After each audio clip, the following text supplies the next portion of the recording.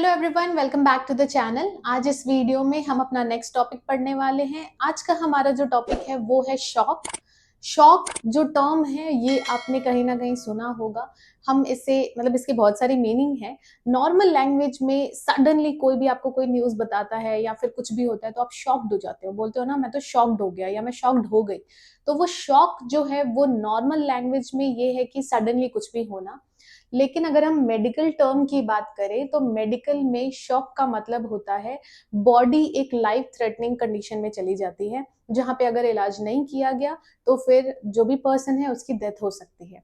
अब ये शॉक क्या होता है, इसके टाइप्स कितने होते हैं, ये क्यों होता है, ये सारी चीजें हम आज इस वीडियो में डिटेल में पढ़ेंगे। फिलहाल के लिए शॉक के बहुत सारे टाइप्स हैं। एक टाइप इसका आपने सुना होगा, हमने इससे पहले वीडियोस में जब हम डिहाइड्रेशन पढ़ रहे थे तो मैंने आपको एक बताया था शॉक का नाम, वो है हाइपोवॉलेमिक शॉक। ठीक है, तो वही यहाँ पे हम सब कुछ डिटेल में पढ़ेंगे। ओके, सबसे पहले हम देखते हैं डेफिनेशन की डेफिनेशन क्या है।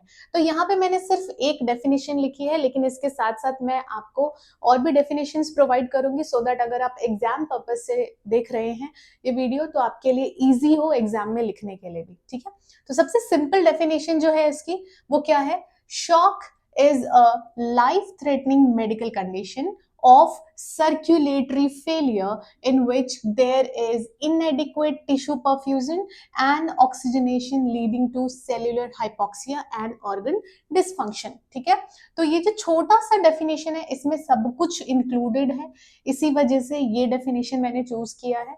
अब देखो इसमें क्या क्या लिखा हुआ है, ये एक लाइफ थ्रेटनिंग मेडिकल कंडीशन है। ठीक है, मेडिकल कंडीशन क्यों? क्योंकि ब्लड लॉस हो रहा है बॉडी से। शॉक जो है वो ब्लड लॉस या ब्लड प्रेशर कम हो जाने की वजह से हो रहा है। ठीक है, अब अगर ये ज्यादा कम रहा, ट्रीटमेंट नहीं मिली तो क्या हो सकता है? जान जा सकती है। इसी वजह से हम इसे क्या बोलते हैं? लाइफ थ्रेटनिंग बोलते हैं। ठीक है, नेक्स्ट आ जाते हैं हम सर्कुलेटरी फेलियर। सर्कुलेटरी फेलियर हम यहाँ पे क्यों बोल रहे हैं? क्योंकि ये शॉक जो है ये क्यों हो रहा है? ब्लड प्रेशर या तो ड्रॉप हो गया है या कार्डियक आउटपुट ड्रॉप हो गया है। तो बेसिकली अगर मैं ब्लड प्रेशर की बात करूं या फिर मैं कार्डियक आउटपुट की बात करूं तो ये चीजें जो हम किस में पढ़ते हैं? सर्कुलेटरी सिस्टम में। ब्लड जो सर्कुलेट हो रहा है उसका ही ये जो सिस्टम में हम पढ़ते हैं ये सब।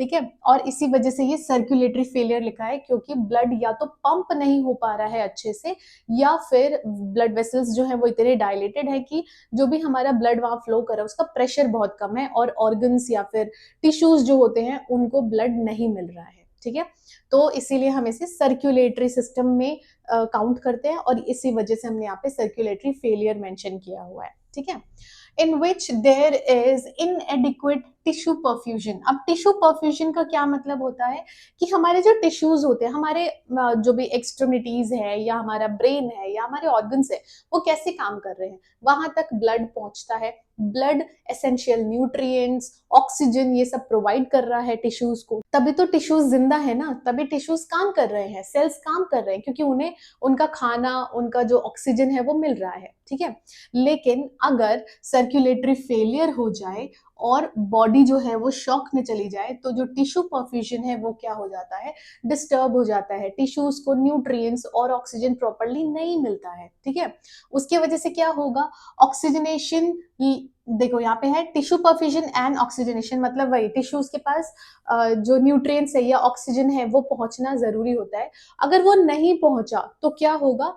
हाइपोक्सिया होगा, सेल्यूलर हाइपोक्सिया, मतलब सेल्स के पास ऑक्सीजन नहीं पहुंचता है तो उसको, उस कंडीशन को हम क्या बोलते हैं? हाइपोक्सिया। ठीक है, तो सेल्यूलर हाइपोक्सिया होगा। और सेल्स क्या है? सेल्स ही तो बन के टिश्यूज बनते हैं, वही बन के फिर ऑर्गन्स बनते हैं ना। तो अगर सेल्स पे ही ऑक्सीजन नहीं पहुंच रहा है तो टिश्यू डैमेज और ऑर्गन फेलियर या ऑर्गन डिसफंक्शन होने के चांसेस बहुत ज्यादा बढ़ जाते हैं। तो ओवरऑल अगर मैं बात करूं तो बात यही है कि ये जो शॉक है ये एक लाइफ थ्रेटनिंग मेडिकल कंडीशन है। क्यों? क्योंकि इसमें सर्कुलेटरी फेलियर होने के चांसेस रहते हैं जिसके वजह से जो टिश्यूज हैं, टिश्यूज में न्यूट्रिएंट्स और ऑक्सीजन नहीं पहुंच पाता है और उसके वजह से टिश्यूज या फिर सेल्स की डेथ होनी शुरू हो जाती है, ऑर्गन फेल होने लग जाते हैं। ठीक है, तो this was all about definition of shock. ये बहुत सिंपल डेफिनेशन है, आप इसे याद भी कर सकते हैं।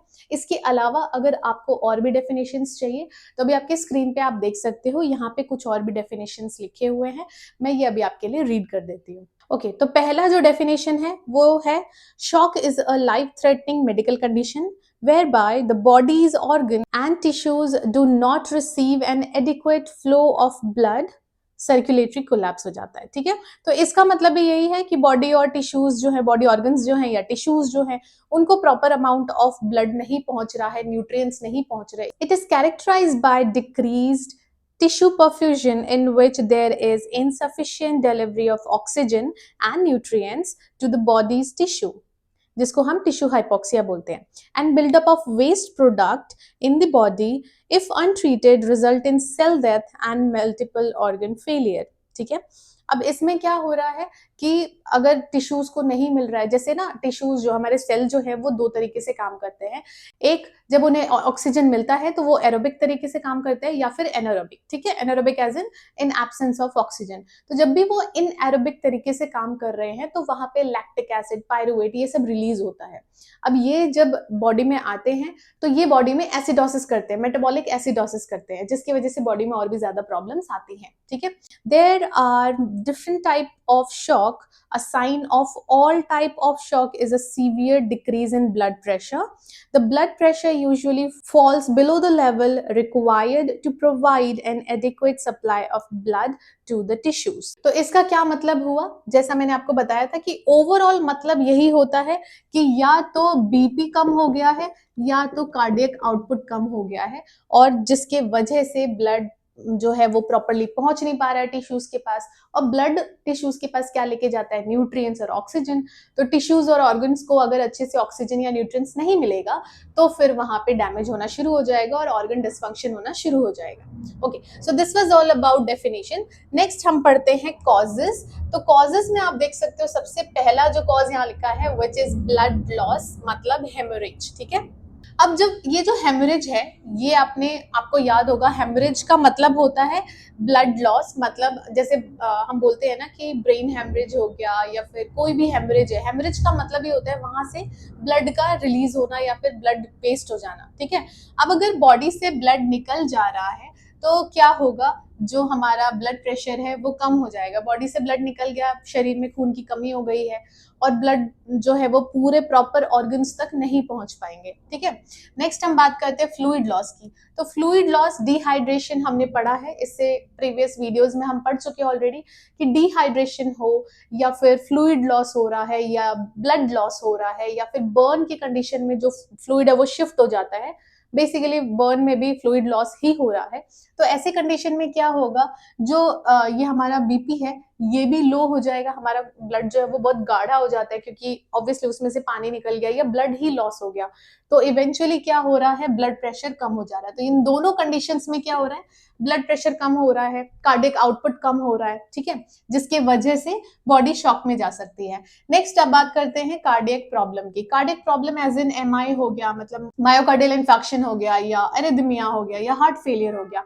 इन सब में क्या हो रहा है? इन सब के वजह से कार्डियक आउटपुट जो है वो डिक्रीज हो जाता है। ठीक है, अब कार्डियक आउटपुट अगर डिक्रीज होगा तो बॉडी के जो टिश्यूज हैं उनको प्रॉपर अमाउंट ऑफ ब्लड नहीं मिलेगा, जिसके वजह से बॉडी कहाँ चली जाएगी? शॉक में। ठीक है, ओके, नेक्स्ट आता है severe infection. Severe infection as in sepsis. ठीक है, सेप्सिस में क्या होता है? जब भी बॉडी में सेप्सिस होता है तो हमारी बॉडी ना कुछ टॉक्सिन्स रिलीज करती है।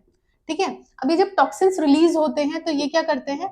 ब्लड वेसल्स को डायलेट कर देते हैं। ठीक है, हम बोलते हैं ना वेसो डायलेशन, तो ब्लड वेसल्स को डायलेट कर देते हैं, जिसके वजह से यहाँ से ब्लड जो निकल रहा है वो क्या होगा? उसका अमाउंट तो कम हो गया। जैसे अगर एग्जांपल अगर मैं समझाऊं तो एक पतली सी पाइप है और एक मोटी सी पाइप है, लेकिन दोनों का ही जो प्रेशर है, पानी का जो प्रेशर है वो सेम है। ठीक है, हमने एक टैप से कनेक्ट किया, एक पतली पाइप कनेक्ट करी और एक मोटी कनेक्ट करी। ठीक है, लेकिन पानी का प्रेशर दोनों में सेम है। तो इस पाइप में प्रेशर ज्यादा लगेगा, क्यों? क्योंकि सरफेस एरिया कम है, जगह कम है, तो प्रेशर बहुत ज्यादा लगेगा। इसमें क्या है? प्रेशर बहुत ही कम लगेगा क्योंकि पाइप बहुत ज्यादा ही बड़ी है, चौड़ी है। ठीक है, यही कॉन्सेप्ट यहाँ पे भी होता है। जब हमारा ब्लड प्रेशर नॉर्मल इसी वजह से रहता है क्योंकि हमारे वेसल्स नॉर्मल, अगर अचानक से जो ब्लड वेसल्स है वो डायलेट हो जाए, अगर वो चौड़ी हो जाए तो ब्लड प्रेशर क्या हो जाएगा, ड्रॉप हो जाएगा। ठीक है, तो बीपी क्या हो जाता है, ड्रॉप हो जाता है, और जिसके वजह से बॉडी शॉक में जाने के चांसेस रहते हैं। ठीक है, सेप्सिस के कंडीशन में। नेक्स्ट आता है एलर्जिक रिएक्शन, जिसको हम एनाफिलेक्सिस बोलते हैं। एनाफिलेक्सिस में भी क्या हो रहा है, सेम ऐसा ही कॉन्सेप्ट है। एनाफिलेक्सिस मतलब बॉडी में कोई भी एलर्जी हो रही है। ठीक है, एलर्जिक रिएक्शंस होते हैं, तो जब भी बॉडी में एलर्जी होती है तो हमारी बॉडी क्या करती है, हिस्टामिन रिलीज करती है। ठीक है, हिस्टामिन रिलीज करती है। अब आपने देखा होगा जब भी आपको बहुत ज्यादा स्नीजिंग हो रही है, या फिर कोल्ड कफ में आपने देखा होगा, या फिर किसी किसी को एलर्जी होनी शुरू हो जाती है, तो डॉक्टर्स एंटी हिस्टामिन प्रिस्क्राइब करते हैं। सिट्राजिन बहुत कॉमन है, सिट्राजिन आप लेते हो। ठीक है, तो वो सिट्राजिन क्या है, एंटी हिस्टामिन। एंटी हिस्टामिन क्यों ले रहे हैं हम, क्योंकि बॉडी में हिस्टामिन बढ़ गया है, इसी वजह से हमें इचिंग हो रही है, इसी वजह से एलर्जिक रिएक्शंस आ रहे हैं। ठीक है, तो वो जो हिस्टामिन है वो क्या करता है, वो भी वैसोडायलेशन करता है। ठीक है, वैसोडायलेशन, और अगर वेसल्स डायलेट हो रहे हैं तो क्या होगा, ब्लड प्रेशर कम हो जाएगा। ठीक है, तो सेम यही वाला कॉन्सेप्ट लगता है। ओके, नेक्स्ट आते हैं obstruction. Obstruction as in pulmonary embolism या फिर कार्डियक टेम्पोनेट। ठीक है, कार्डियक टेम्पोनेट। अब ये क्या होता है, पल्मोनरी एम्बोलिज्म मतलब अगर कोई भी क्लॉट अगर आ रहा है, जैसे हमारा ब्लड कहाँ जाता है, लंग्स में जाता है, सो दैट वहां पे जो गैस एक्सचेंज है वो हो पाए। ठीक है, लेकिन अगर वहां बीच में अगर कोई क्लॉट आ जाए तो क्या हमारा ब्लड वापस आ पाएगा, या क्या हमारा ब्लड जा पाएगा। इसी वजह से अगर पल्मोनरी एम्बोलिज्म है तो भी ब्लड प्रेशर कम हो जाएगा, कार्डियक आउटपुट कम हो जाएगा ऑब्स्ट्रक्शन के वजह से, जिसके वजह से बॉडी शॉक में जा सकती है। दूसरा क्या है, कार्डियक टेम्पोनेट। कार्डियक टेम्पोनेट क्या होता है, हम सभी को पता है कि हमारे जो ऑर्गन्स हैं, हमारे ऑर्गन्स के साइड में एक गैप होता है जहां पे थोड़ा बहुत लिक्विड होता है ना। तो हार्ट के बाहर भी ऐसा ही लिक्विड होता है, ओके, जिसे हम पेरिकार्डियल फ्लूइड बोलते हैं। अब वो फ्लूइड अगर बहुत ज्यादा बढ़ जाए तो ये क्या करता है, हार्ट को धक्का मारना शुरू कर देता है अंदर की तरफ।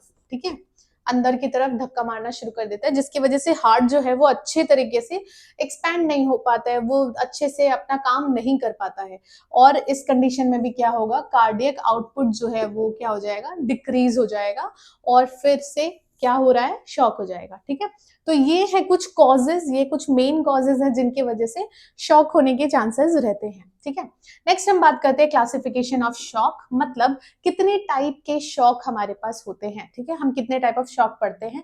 फर्स्ट है हाइपोवॉल्यूमिक शॉक। हाइपोवॉल्यूमिक मतलब ब्लड वॉल्यूम कम हो गया या फ्लूइड बॉडी से लॉस हो गया, तो वो उस कंडीशन में क्या होता है, हाइपोवॉल्यूमिक शॉक। ठीक है, कार्डियोजेनिक शॉक। कार्डियो का मतलब क्या है, हार्ट से रिलेटेड, तो हार्ट में कोई भी प्रॉब्लम आ गई, जैसे कार्डियक टेम्पोनेट है, हार्ट में कोई भी प्रॉब्लम आ गई है जिसकी वजह से हार्ट ब्लड पंप नहीं कर पा रहा है, तो उसको हम क्या बोलेंगे, कार्डियोजेनिक शॉक। ठीक है, नेक्स्ट आता है डिस्ट्रीब्यूटिव शॉक। डिस्ट्रीब्यूटिव शॉक का क्या मतलब होता है, ब्लड पूरा अच्छे से डिस्ट्रीब्यूट होना चाहिए बॉडी में, पर अगर अच्छे तरीके से डिस्ट्रीब्यूट नहीं हो पा रहा है तो उसकी वजह से जो शॉक होता है उसे हम बोलते हैं डिस्ट्रीब्यूटिव शॉक। इसमें आते हैं 3 टाइप। फर्स्ट है सेप्टिक शॉक, एनाफिलेक्टिक शॉक और न्यूरोजेनिक शॉक। ठीक है, तो सेप्टिक शॉक तो आपको कॉन्सेप्ट पता लग गया, सेप्सिस होगा, टॉक्सिन्स रिलीज होंगे, वैसोडायलेशन होगा, लो बीपी हो जाएगी, और बीपी लो है तो हर एक ऑर्गन को ब्लड अच्छे से नहीं पहुंच पाएगा। एनाफिलेक्टिक शॉक में अगेन हिस्टामिन रिलीज होंगे, मतलब एलर्जी होगी बॉडी में, हिस्टामिन्स रिलीज होंगे, उसकी वजह से वैसोडायलेशन होगा और बीपी लो हो जाएगा। ठीक है, न्यूरोजेनिक शॉक में क्या होता है, कोई भी नर्व डैमेज हो गई, नर्व डैमेज होने के वजह से वो ब्लड प्रेशर या फिर कार्डियक आउटपुट पे अगर इम्पैक्ट डालता है, अगर वो प्रॉपर मैसेज नहीं भेज पा रहा है, कुछ भी नर्व अगर मेजर नर्व डैमेज हो गया उसके वजह से अगर ब्लड प्रेशर या कार्डियक आउटपुट पे फर्क पड़ता है, उसको हम बोलते हैं neurogenic shock. Okay, and last आता है ऑब्स्ट्रक्टिव शॉक। उसका टाइप हमने पढ़ा, पल्मोनरी एम्बोलिज्म, किसी भी ऑब्स्ट्रक्शन की वजह से अगर ब्लड प्रेशर ड्रॉप हो रहा है या कार्डियक आउटपुट इम्पैक्ट हो रहा है, उसे हम बोलते हैं ऑब्स्ट्रक्टिव शॉक। ठीक है, तो ये तो हो गए हमारे कुछ टाइप्स ऑफ शॉक या क्लासिफिकेशन ऑफ शॉक, जो कि आगे हम डिटेल में पढ़ेंगे। ठीक है, अभी जस्ट हम क्लासिफिकेशन पढ़ रहे हैं। नेक्स्ट हमारा आता है टॉपिक, वो है स्टेजेस ऑफ शॉक। ठीक है, तो जो शॉक है ये कुछ स्टेजेस आते हैं इसमें, यहाँ मैंने 4 स्टेजेस लिखा है, कुछ कुछ बुक में 3 स्टेजेस है, मतलब कुछ कुछ बुक में ना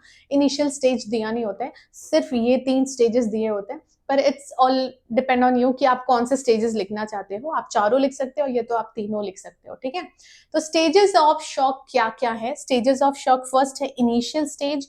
इनिशियल स्टेज एज इन जब शुरुआत होती है शॉक की, जब बॉडी में चेंजेस आ रहे हैं, ब्लड प्रेशर कम हो रहा है या कार्डियक आउटपुट कम हो रहा है, तो उस टाइम पे बॉडी क्या कर रही है, वो सब आता है इनिशियल स्टेज पे, ठीक है।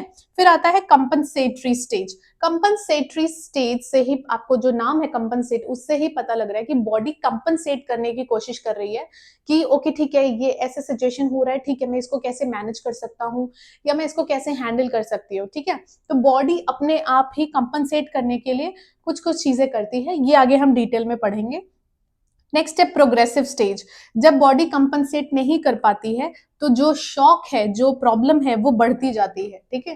तो डिजीज अगर बढ़ती जा रही है, प्रॉब्लम अगर सीवियर होता जा रहा है, उसे हम बोलते हैं प्रोग्रेसिव स्टेज में। और लास्ट है इरिवर्सिबल स्टेज। इरिवर्सिबल स्टेज में कुछ नहीं हो सकता है, अब जो पर्सन है उसकी तबीयत इतनी ज्यादा खराब हो चुकी है कि अब बाकी चीजें काम नहीं आएंगी एंड उनका जो सिचुएशन है वो डेथ की तरफ जा रहा है, ठीक है। तो वो होता है इरिवर्सिबल। इरिवर्सिबल का क्या मतलब है कि अब चीजें बेटर नहीं हो सकती हैं, अब सिचुएशन बेटर नहीं हो सकता है, ठीक है। तो ये 4 स्टेजेस हैं। नेक्स्ट वीडियो में हम इसको डिटेल में पढ़ेंगे, फिर उसके बाद हम क्लासिफिकेशन ऑफ शॉक्स भी डिटेल में पढ़ेंगे।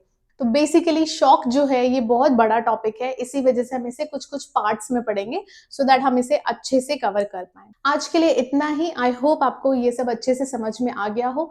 एंड ये जो कॉजेज हैं इसके बारे में मैं डिस्क्रिप्शन में मेंशन कर दूंगी कि कैसे ये ब्लड प्रेशर को इफेक्ट कर रहा है या कार्डियक आउटपुट को इफेक्ट कर रहा है। तो आपको अगर ये डिटेल में चाहिए तो आप डिस्क्रिप्शन देख सकते हैं। अगर ये वीडियो अच्छी लगी तो वीडियो को लाइक करें, चैनल को सब्सक्राइब करें, और कोई भी डाउट या फिर रिकमेंडेशन है तो आप मुझे कमेंट सेक्शन में बता सकते हैं। Thank you so much for watching.